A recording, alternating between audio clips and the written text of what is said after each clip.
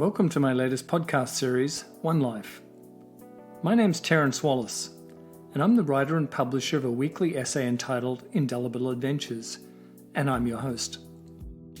This podcast series sets out to prompt and challenge your thinking about life and what it means to really live your life. I'll share with you my insights and personal experiences with the sole objective of getting you to reflect and think about your approach to living your best life. So let's get started. In this week's episode, I'd like to introduce a special guest. His name is Daryl Cooper, and as always, Daryl will introduce himself far better than I will. But Daryl and my relationship dates back to the late 1980s and early 90s when we played football together, Australian rules football, in Canada. And I think he brings an interesting perspective and life experience to this, and looking forward to having him join us on our show today. Good morning, Terence. It's a real pleasure to be on your podcast today. Thanks for having me. I'm first and foremost a husband of over 30 years and a father to two wonderful and capable young women. Professionally, I'm the president and chief operating officer of Cooper Equipment Rentals. Cooper Equipment was founded by my father in 1972, and so we were just beginning our 50th year of business. In 2003, I purchased the shares of Cooper from my father. At the time, we had two branches in the Toronto area and just under $2 million in sales. Between 2003 and 2009, we were able to more than double the size of the business and create a real reputation in the market for outstanding customer service and support. In 2010, I took on a partner, Doug Doherty, and together, along with some very key long-term employees and minority shareholders, we've built Cooper Equipment into Canada's largest Canadian-owned and operated equipment rental company with over 50 branches, 750 employees, stretching from coast to coast. Thanks for sharing your incredible story with us today, Daryl. It's awesome. As with all my special guests, I have three questions for you. And so the first question is, what's the most important thing you've learned about living your best life?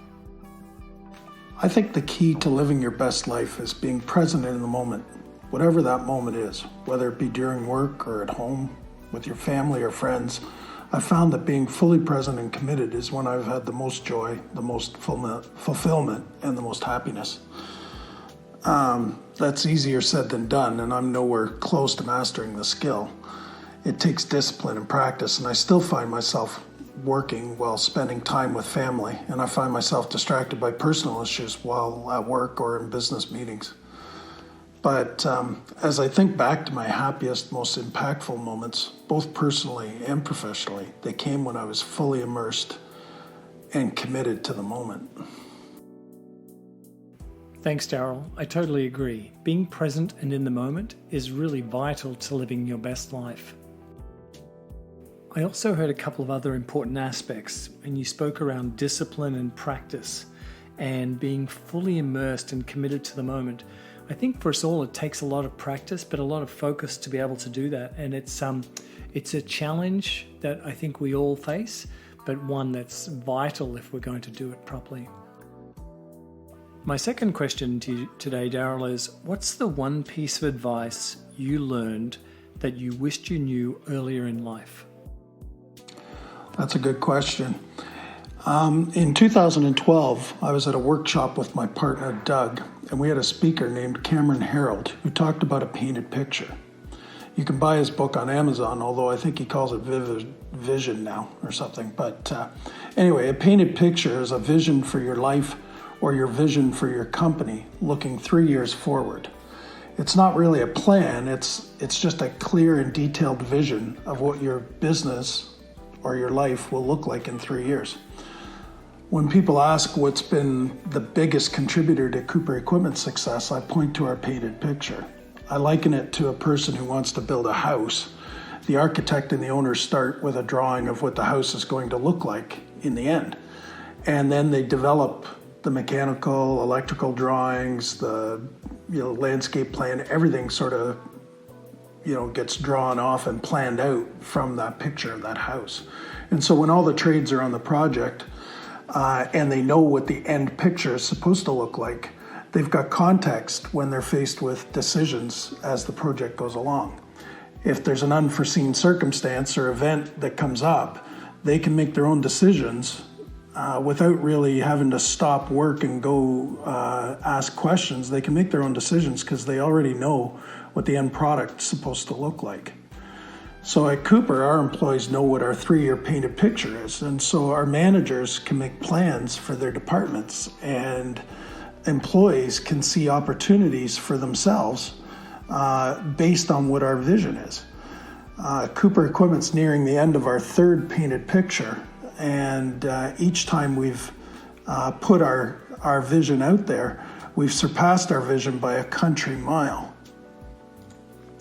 It's amazing what a group of people can do if they're all rowing in the same direction. I really believe a painted picture is a game changer for a company, but it's also adaptable to personal lives. So what does my life look like in 3 years? What does our family's life look like in 3 years?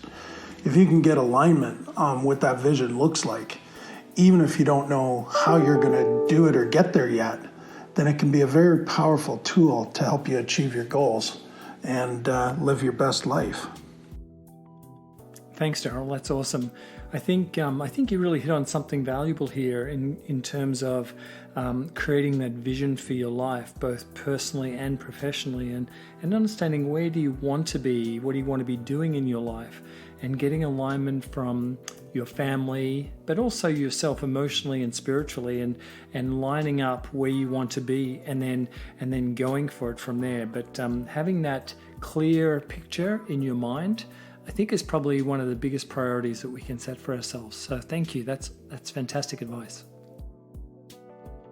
My final question today, Daryl, is what action would you ask our listeners to take after listening to today's podcast? Well, aside from being present in whatever you are doing, I would also suggest people take the time to really think about and envision what they want their life or their business to look like in 3 years. Get really detailed and imagine yourself 3 years from now. What does it look like? How do you feel? And then write it down and review and edit it. And once you have this, share it with your closest loved ones and get their input and buy-in. Keep your painted picture close by and share it often, and I think you'll be really amazed at the outcome. My nephew recently graduated from university and has started his first job, and I gave him some advice.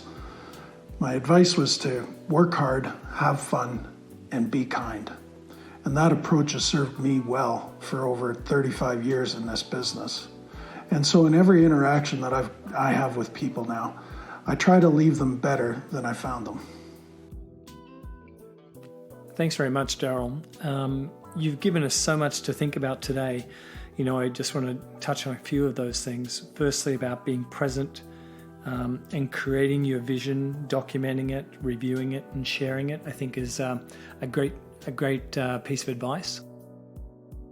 I also love the piece of advice you gave your nephew around working hard, having fun, and being kind.